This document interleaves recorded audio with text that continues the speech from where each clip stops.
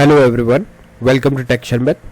आज के सेशन में हम एंगुलर से पाइप से रिलेटेड एक और टॉपिक कवर करेंगे, जिसमें हम देखेंगे कि असिंक पाइप कौन सा होता है, क्यों इसे यूज़ करना चाहिए, क्या इसका बेनिफिट होता है।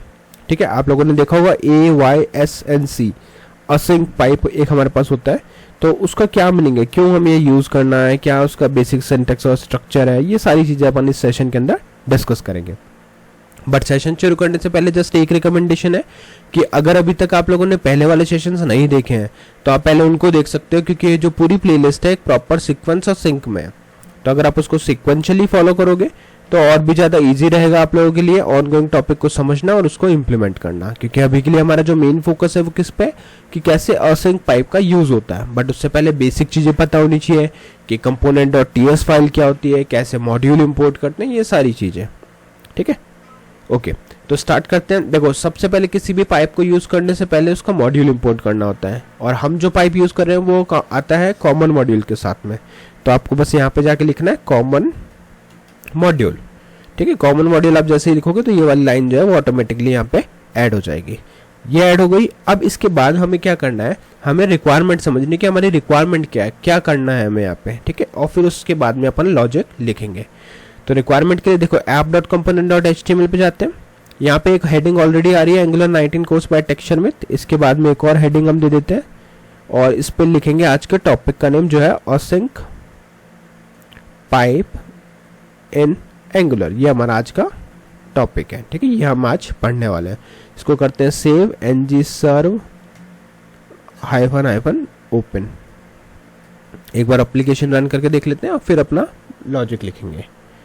तो रिक्वायरमेंट समझना ही सबसे इंपॉर्टेंट होता है। एक बार रिक्वायरमेंट क्लियर हो गया तो फिर आप चीज़ें बना सकते हो।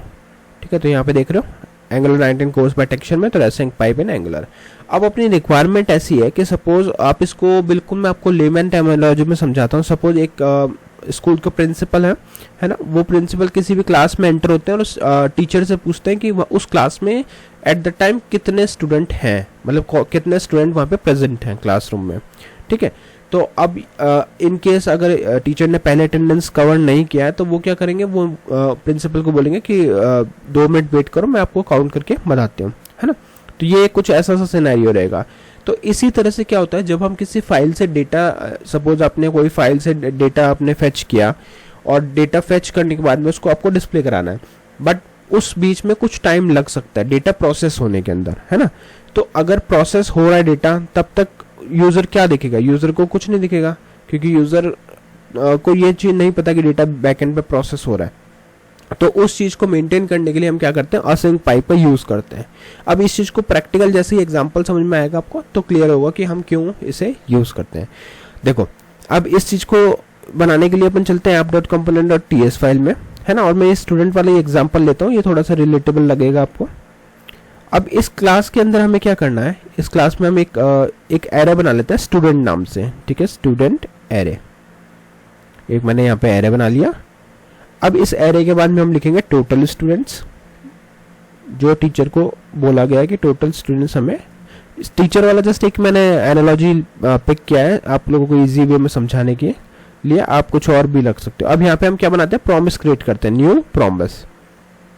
ठीक है, न्यू प्रॉमिस आ गया। अब इस प्रॉमिस फंक्शन के अंदर हमें 2 पैरामीटर्स देने होते हैं, एक होता है रिजॉल्व, ठीक है, और एक होता है रिजेक्ट। तो इसके नेम से ही आपको क्लियर हो रहा होगा कि कौन सा कब यूज होता है। जब किसी चीज को रिजेक्ट करनी होती है तो रिजेक्ट वाला यूज होगा, और रिजॉल्व के केस में रिजॉल्व वाला। ठीक है, फिर इसके बाद में आप यहाँ पे लगाओगे इक्वल का साइन और यहाँ पे ये एंगुलर ब्रैकेट। ठीक है, इतना हो गया। उसके बाद में हम यहाँ पे देंगे एक कर्ली ब्रेसेस और इसको एक्सपैंड कर देंगे।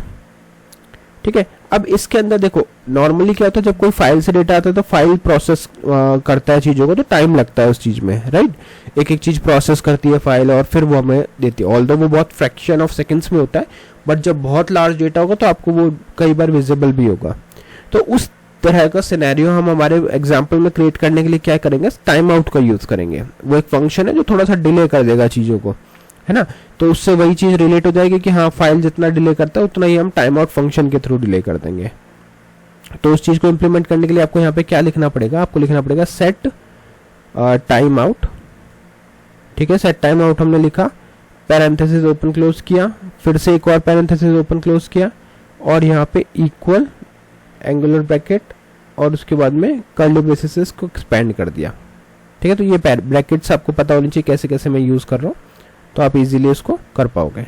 अब यहाँ पे हम चेक कर रहे हैं यहाँ पे हम इफ कंडीशन चेक कर लेंगे कि इफ, और ये सब केस सेंसिटिव है तो आपको एज इट इज रखना पड़ेगा।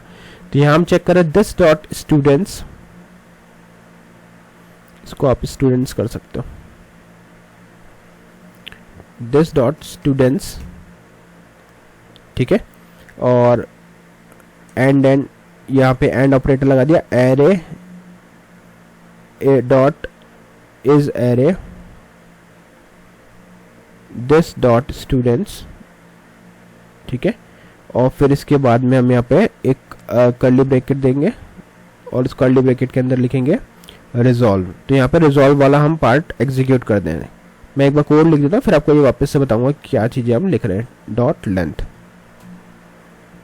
ठीक है, तो ये क्या हो गया, ये हमारा केस हो गया सक्सेस वाला। यहाँ पे मैं चाहूँ तो कमेंट भी लिख सकता हूँ, इधर लिख देते हैं सक्सेस। ठीक है, रिटर्न द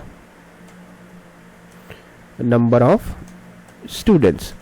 ठीक है, तो इस केस में क्या होगा, अपन एज्यूम करेंगे कि टीचर ने जो है वो काउंट ले लिया स्टूडेंट का और अब वो प्रिंसिपल या जो भी है उनको काउंट बता रहे हैं। ठीक है, ये अपन ने रियल लाइफ उस एग्जांपल को देख लिया। इन केस अगर कुछ प्रॉब्लम होता है, मतलब जब तक टीचर काउंट कर रहा है तब तक हम क्या करेंगे, या कुछ भी रीजन से अगर स्टूडेंट्स नहीं हो क्लास में या कुछ भी हो, तो उस केस में हम यहाँ पे मैसेज दे देंगे स्टूडेंट लिस्ट नॉट फाउंड और इनवैलिड। बट ये किस केस में होगा, जब कुछ रॉन्ग वहां पे होगा, अदरवाइज तो आपको नंबर मिल ही जाएगा एक डिले के बाद में। ठीक है, और यहाँ पे लिख देते हैं फेलियर समथिंग वेंट रॉन्ग। ठीक है, ये हमने जस्ट एक एग्जाम्पल दे दिया। अब आप में से क्वेश्चन होगा कि कुछ लोगों का कि यहाँ पे हमने एरर तो दिया ही नहीं, क्योंकि डिले टाइम तो दिया ही नहीं। तो डिले टाइम के लिए हम क्या करेंगे, एक कर्ली ब्रेसेस है, उसके बाद वाला जो कर्ली ब्रेसेस है वहां पे एक कॉमा देंगे और यहाँ लिख देते हैं 2000 मिली सेकेंड्स।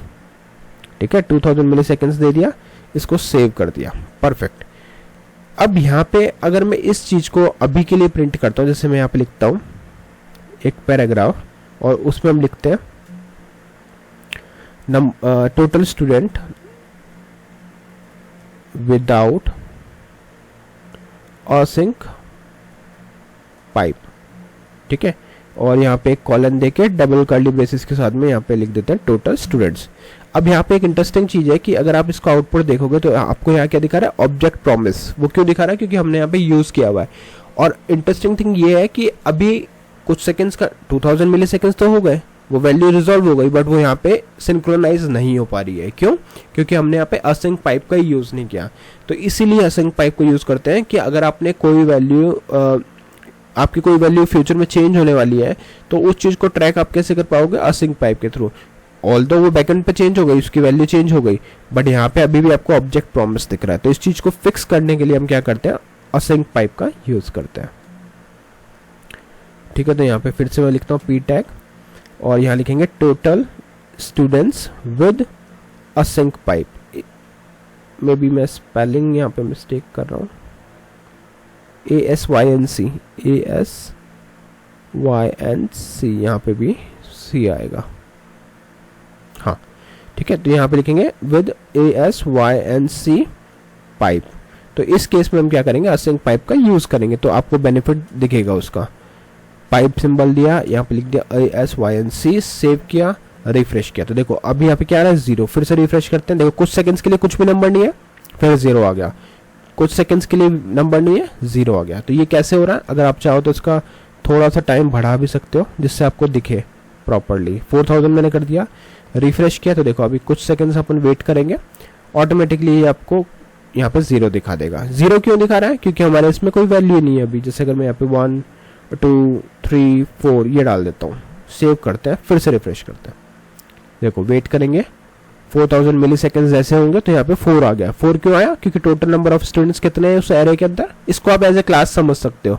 ठीक है, तो इसके जो अपन स्कूल का एग्जांपल ले रहे हैं तो वो क्लास है, प्रिंसिपल ने पूछा नंबर, तो अब जो 4000 सेकेंड्स है वो किस लिए है, मिली सेकेंड्स जो है वो किस लिए है कि टीचर उसको काउंट कर रहा है। जैसे ही काउंट हुआ तुरंत उसने आउटपुट दे दिया 4।